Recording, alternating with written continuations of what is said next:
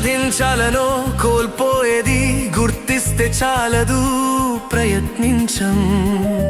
మనకు మనుషులొద్దు, విలువలొద్దు, మన స్వార్థం తప్ప ఇంకేమీ మిగల్లేదు. ఈ పోటీలో గెలిచే దారిలో తప్పదు కదూ.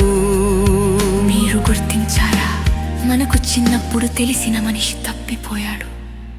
మానవత్వం తప్పిపోయింది, మీకేమైనా కనిపించిందా?